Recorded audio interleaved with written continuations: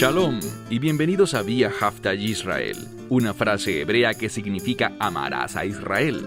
Esperamos que se queden con nosotros durante los próximos 30 minutos, ya que nuestro maestro, el Dr. Baruch, nos compartirá una enseñanza expositiva de la Biblia. El Dr. Baruch es profesor titular del Instituto Sera Abraham, con sede en Israel.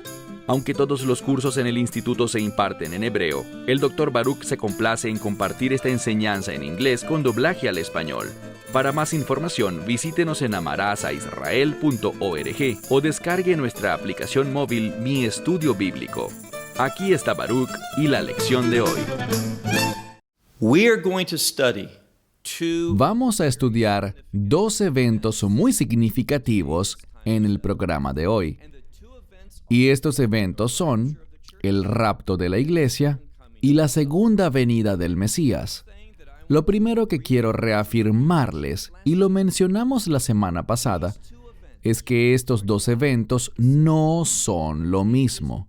Y resulta trágico que muchas personas hablan de ellos, confundiéndolos, vinculándolos, cuando la Biblia hace una clara distinción entre ellos. Del mismo modo, les mencioné la semana pasada que vamos a hablar sobre dos señales. Una señal para el rapto y una señal diferente para la segunda venida. Antes de que abramos la palabra de Dios y miremos las Escrituras, que revelan la mente de Dios con respecto a estas cosas, debemos recordar algo. No solo son eventos diferentes que ocurren en tiempos diferentes, sino que son para dos grupos diferentes de personas. Y ellos producirán resultados diferentes. En tercer lugar, sabemos algo más. No solo son tiempos diferentes, pueblos diferentes y resultados diferentes, sino que uno va a ocurrir antes de la ira de Dios y el otro tendrá lugar al final de la ira de Dios, de cuando Él la haya derramado. ¿Cuál es cuál? Bien, sabemos que nosotros, basado en lo que dice Pablo en 1 Tesalonicenses 5:9, un texto fundamental, siempre que hablemos de los últimos días, Pablo dice a los creyentes, Dios no los ha destinado a ustedes para la ira. Para esto el Mesías murió sobre la cruz, para que no experimentemos la ira de Dios, sino que, en cambio, dice a los creyentes, a quienes han recibido el Evangelio, a quienes son miembros del nuevo pacto de Dios, estas personas van a recibir la salvación. Y cuando digo salvación en este contexto, como Pablo lo hace en 1 Tesalonicenses 5:9, él habla sobre victoria. ¿Y cuál es esa victoria? Entrar en el mismísimo reino de los cielos. Existen quienes dicen, ¿sabes? El rapto no está en la Biblia. Eso no es completamente cierto. A pesar de que cuando tomamos la escritura en español o en algunos otros idiomas no vemos el término rapto, pero en 1 Tesalonicenses capítulo 4, Pablo habla sobre un evento. Nos dice que no todos dormiremos, sino en cambio dice que con un grito, y eso probablemente se refiere al sonido del shofar, ese cuerno de carnero que habla sobre la provisión de Dios. Dice que el Señor descenderá y con ese grito, ¿qué ocurrirá? Dice que Él nos llevará, que Él nos reunirá, que nos arrebatará de aquí. Y esta palabra para ser arrebatados, removidos, es la palabra griega arpazo. En latín, esa palabra se traduce como rapturo, y es de allí de donde obtenemos la palabra rapto en español. Así que la palabra arpazo, un término griego, es la base para el rapto. Nos habla de un evento, lo que Dios hará para tomar a la iglesia antes del derramamiento de su ira. Mientras que la segunda venida La segunda venida, recuerden, será en un tiempo diferente y principalmente para un grupo diferente de personas, para los hijos de Israel. Cuando el Mesías venga por segunda vez, Él liberará al pueblo judío de sus enemigos. Él liberará a Israel, destruirá a sus enemigos y finalmente establecerá el reino de Dios.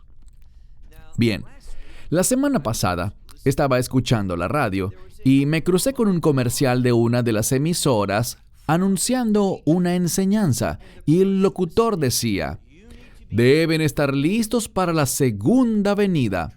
No es verdad. Si tú eres un creyente, con mucha seguridad no estarás listo para la segunda venida. ¿Por qué?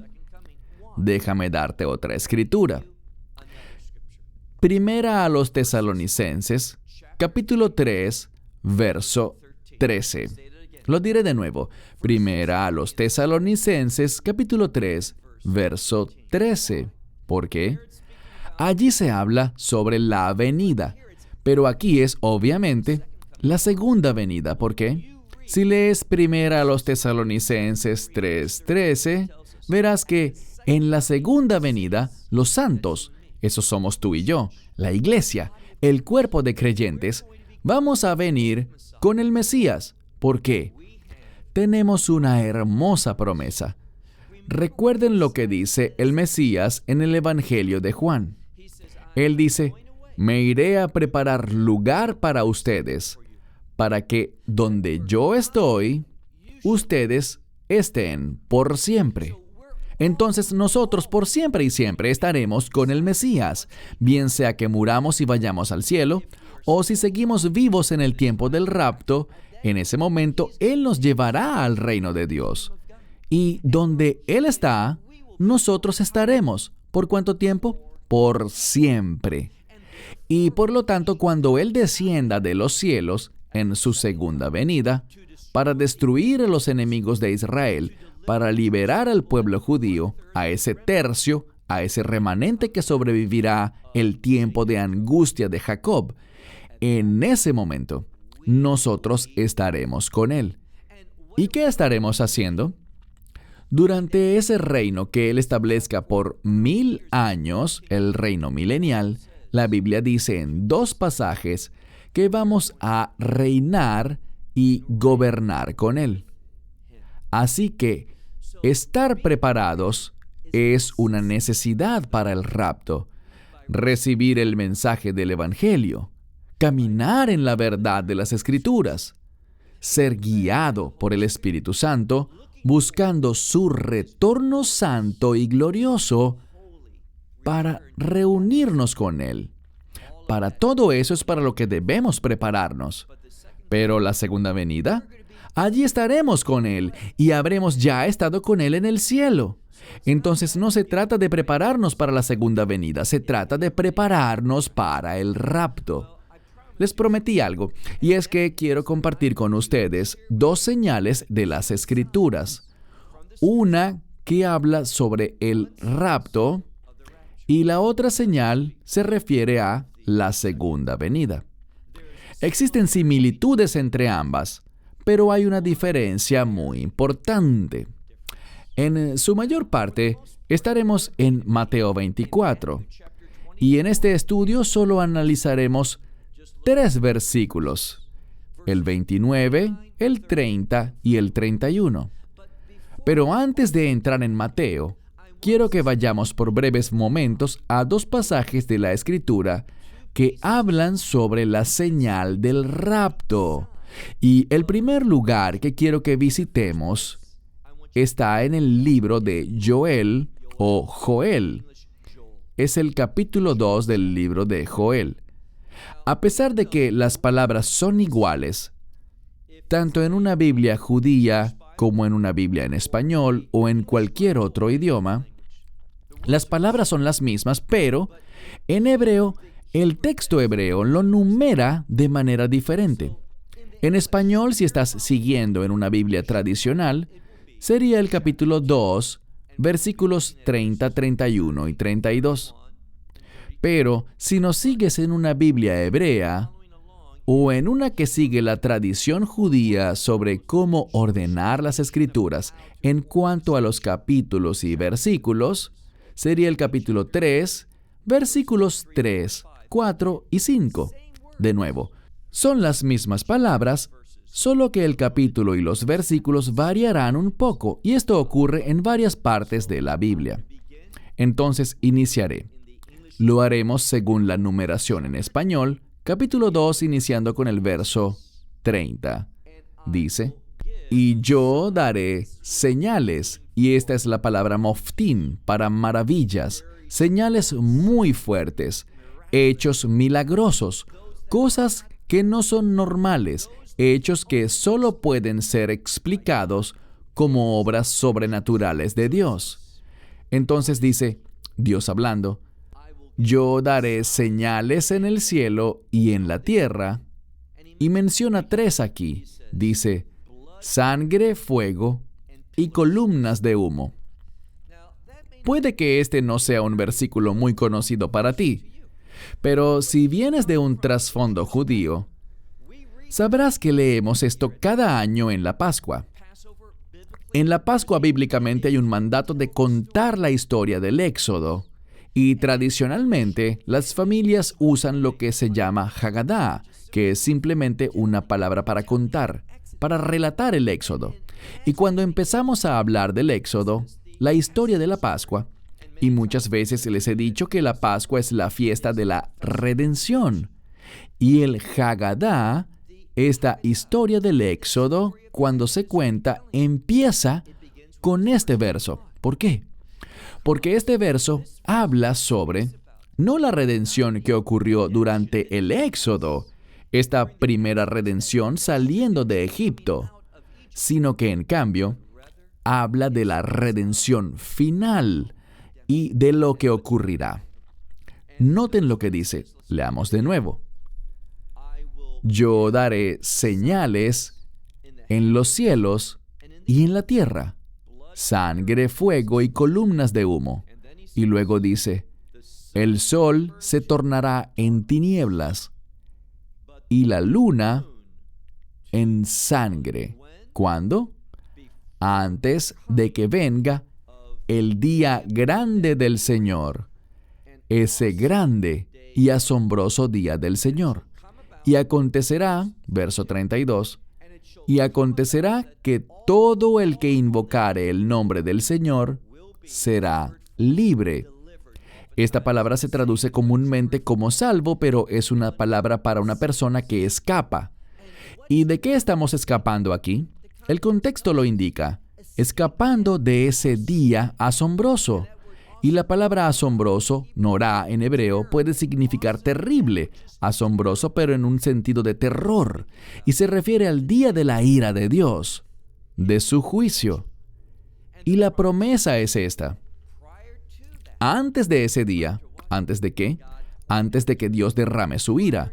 Antes de eso, el sol se oscurecerá, habrán otros cambios cósmicos, señales en el cielo y en la tierra, pero principalmente el sol se oscurecerá, y aquí está la clave, y la luna se convertirá en sangre. Quiero que vayamos a otra escritura. Acompáñenme por favor al libro de Apocalipsis capítulo 6. Apocalipsis capítulo 6. Quiero que vean que allí encontramos algo muy similar. Apocalipsis 6, iniciando en el verso 12. Este es el 6º sello. Noten lo que dice. Juan ha recibido esta visión, la está compartiendo y dice, y miré cuando el 6º sello fue abierto, y he aquí, se produjo un gran terremoto, y el sol se tornó negro como un saco de silicio, tal como leímos, y la luna se volvió como sangre. ¿Cuándo pasará esto? Bien, Joel nos dice que esto pasará antes de la venida del grande y terrible día del Señor. Este día que habla sobre la ira de Dios, que no es un solo día, sino que durará un periodo de tiempo. Y ahora quiero que avancemos dentro de este mismo 6º capítulo, pero leyendo ahora el verso 16. Y aquí hay un grupo de personas, tanto pequeñas como grandes y poderosas, junto a gente común. Y todos tienen miedo. ¿Por qué? Por una razón.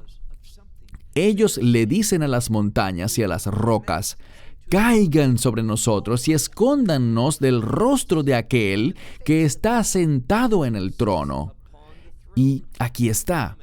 Y de la ira del Cordero. Porque el gran día de su ira, ha llegado. ¿Y quién será capaz de permanecer en pie? Entonces vemos en Joel capítulo 2, versos del 30 al 32, una descripción muy similar a la que vemos en Apocalipsis, en el capítulo 6, versículos 12, 13, 16 y 17. ¿Qué hace esto?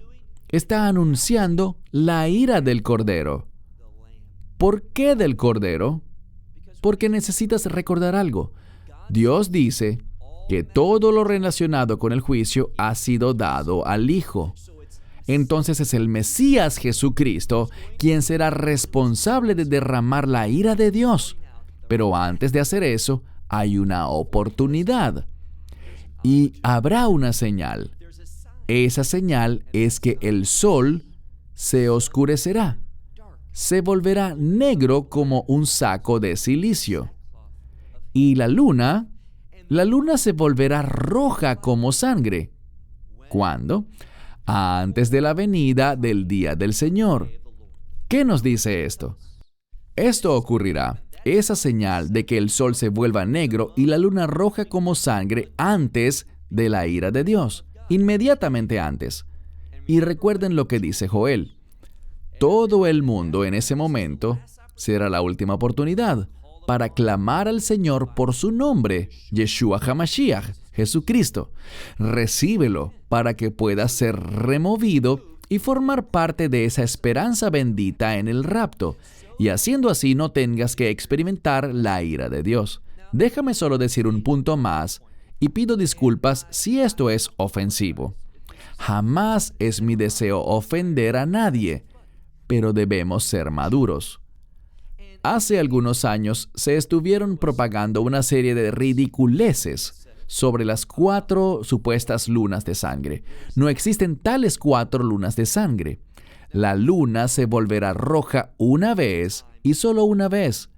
Todo lo demás son falsas enseñanzas, todo lo demás son engaños, todo lo demás busca sensacionalizar cosas, primordialmente para echar mano al bolsillo de la gente. Yo jamás me arrepentiré de compartir la verdad. No es mi intención ofender, pero la verdad hiere algunas veces. Y si es así, que así sea. Hay una sola luna de sangre y solo una, no 4. Y esa luna de sangre hará una cosa: anunciar la inminencia del derramamiento de la ira de Dios y la necesidad de clamar al nombre del Señor si quieres ser parte del rapto. Ahora, vayamos a nuestro texto principal, Mateo capítulo 24, verso 29. Solo estudiaremos 3 versos hoy rápidamente, pero noten lo que dice el 29. Pero inmediatamente después de la tribulación de esos días, ¿de qué tribulación hablamos? Hablamos de Etzera hi le Jacob, lo que está escrito en Jeremías 37, el día de la angustia de Jacob, la tribulación de la que hablábamos en el verso 16 en este capítulo, cuando decía que aquellos en Judea huyan a las montañas, y en el verso donde dice que habrá gran tribulación, que no es la gran tribulación, sino gran tribulación. ¿Y quiénes la sufrirán? El pueblo judío. ¿Por qué? Porque Dios quiere su atención. Dios quiere que se vuelvan a Él. Dios quiere que busquen al Mesías de acuerdo con la verdad. Leemos en el verso 29. Pero inmediatamente después de la tribulación de esos días, el sol, muy similar, el sol se volverá oscuro y la luna no dará su luz.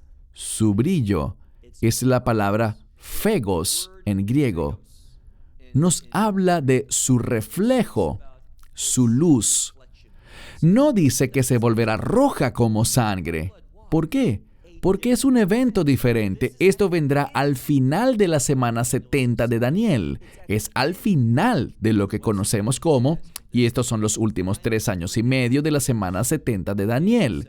De esos últimos 7 años, la segunda mitad, cuando tendrá lugar la angustia de Jacob. ¿Por qué? Tal como vimos, el verso 15 habla sobre la abominación desoladora, cuando el anticristo le dirá a Israel y al mundo entero: síganme, yo soy su Dios, su Salvador, adórenme. Israel le dirá no a todo eso, y debido a que Israel rechazará al anticristo, atravesará ese tiempo de angustia de Jacob, cuando 2/3 de todos los judíos morirán, pero 1/3 sobrevivirá. ¿Cuándo? Para el tiempo del cual estamos hablando ahora. ¿Y qué pasará? Leamos aquí donde dice, a la mitad del verso 29. Después de esos días de tribulación, el sol se oscurecerá y la luna no dará su luz, y las estrellas caerán de los cielos, y los poderes de los cielos serán conmovidos. Esto es muy parecido a lo que leemos en la profecía de Ageo. Ella habla sobre los cielos y la tierra siendo conmovidos.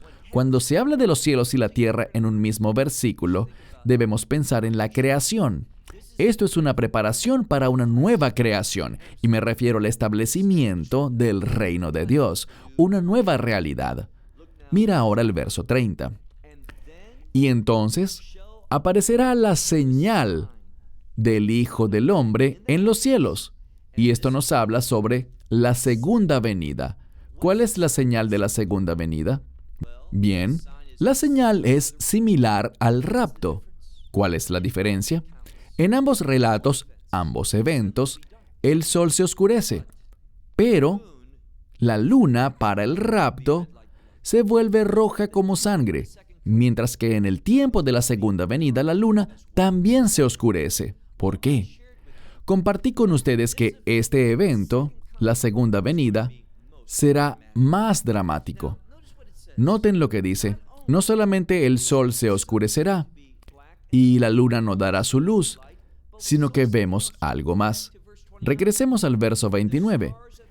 Y las estrellas de los cielos caerán y los poderes de los cielos serán conmovidos. ¿Qué estamos viendo aquí? Total oscuridad. ¿Por qué? Habíamos comentado que la segunda venida será el evento más dramático. La mayoría de las veces la gente piensa que el rapto será más dramático, pero no. El rapto será un evento personal para la iglesia. La iglesia simplemente desaparecerá, pero habrán atravesado tanta persecución, prisión y muerte que el resto de la humanidad ni se enterará del rapto, o muy pocos le prestarán atención. Pero la segunda venida será Erua Bolet, es decir, un evento de máxima prominencia, porque se producirá una oscuridad total. ¿Y qué más dice la Escritura? Leamos con cuidado, verso 30. Y entonces aparecerá la señal del Hijo del Hombre en el cielo. Y entonces dice, todas las tribus de la tierra se lamentarán y mirarán al Hijo del Hombre venir sobre las nubes del cielo, con poder y gran gloria. ¿Qué vemos aquí? Vemos que habrá oscuridad. ¿Recuerdan lo que dijimos? Cuando volvemos para leer el verso 27, dice que como el relámpago aparece en el oriente y viaja hacia el occidente, así será este evento de dramático y de visible, la segunda venida, en un tiempo de oscuridad. ¿Por qué? ¿Quién es el Mesías? ¿Quién es el Salvador? Él es la luz del mundo. Y tal como dijimos aquí, ¿qué ocurrirá? En la oscuridad, la luz del mundo aparecerá. Cristo Jesús, con el grito de ese cuerno de carnero, el shofar, que nos habla de la provisión de Dios. Desafortunadamente, veremos que la mayor parte de la humanidad no lo recibirá, no responderá. Ellos estarán en rebeldía eterna. Pero Israel Israel mirará a aquel, y esto es lo que dice Zacarías en Zacarías 12:10. Ellos mirarán a aquel que traspasaron y se lamentarán. Y esta palabra para lamentarse es un lamento de adoración. Y ellos harán algo más. No solamente se lamentarán, sino que también dice que mirarán al Hijo del Hombre venir sobre las nubes en el cielo, tal como lo dijo Daniel. ¿Y qué hará el Mesías? Pasemos a nuestro último verso, el 31. El verso 31 nos habla, o mejor leámoslo. Y Él enviará a sus ángeles, los ángeles del Mesías, con el gran sonido de su shofar, su trompeta, y juntarán a sus elegidos, esto es al pueblo judío. Cuando el Mesías dice elegidos, quiere decir la casa de Israel, de los 4 vientos o de las 4 esquinas, de un cabo al otro. ¿Qué está pasando aquí? No te pierdas la simplicidad de esto. El Mesías está regresando y Él no dejará que ni un judío se pierda si aún está vivo. ¿Qué hará? No hay debate al respecto. Él los reunirá a todos. ¿Desde dónde? Desde las 4 esquinas. Desde los 4 vientos es literalmente lo que dice. ¿Y por qué eso es importante? Esto ya se ha iniciado. Sabemos que el pueblo judío, y yo soy uno de ellos, mi familia, muchos otros, han regresado a la tierra de Israel. ¿Por qué? Porque Dios está obrando, y la pregunta que quizás debas responder es esta. ¿Estás apoyando eso? ¿Apoyas que la nación de Israel sea restablecida y que su pueblo vuelva a la tierra, o no lo apoyas? La pregunta es, ¿estarás de acuerdo con la mentalidad de Cristo? ¿Estarás de acuerdo con sus planes o te pondrás del lado del mundo? Debemos entender que la palabra de Dios es muy consistente. Él dice en el Antiguo Testamento, por los profetas, que en los últimos días Él regresará al pueblo a su tierra. Eso, amigo mío, es lo que Él está haciendo. Y por lo tanto, a aquellos que no logren regresar, el Mesías ordenará a sus ángeles ir y terminar la misión. Una de las cosas que la iglesia debería estar haciendo hoy es asistir al regreso del pueblo de vuelta a la tierra. Bien, tenemos una esperanza bendita. Formaremos parte de la segunda venida del Mesías, vendremos con Él para el establecimiento del reino milenial. Grandes días nos esperan. Es una difícil travesía hasta el final, pero lo lograremos. Esperamos que te hayas edificado con el mensaje de hoy y lo compartas con otros. Te invitamos a seguir nuestros estudios cada semana por este canal y por el portal de YouTube de Amarás a Israel. También puedes descargar nuestra aplicación móvil gratuita, Mi Estudio Bíblico. Finalmente, para obtener más información sobre nosotros, visita nuestra web amarasaisrael.org, donde encontrarás otras conferencias de Baruch en audio, video y texto. Hasta el próximo programa. Que el Señor te bendiga en Yeshua HaMashiach, Jesús el Mesías, mientras caminas con Él. Shalom desde Israel.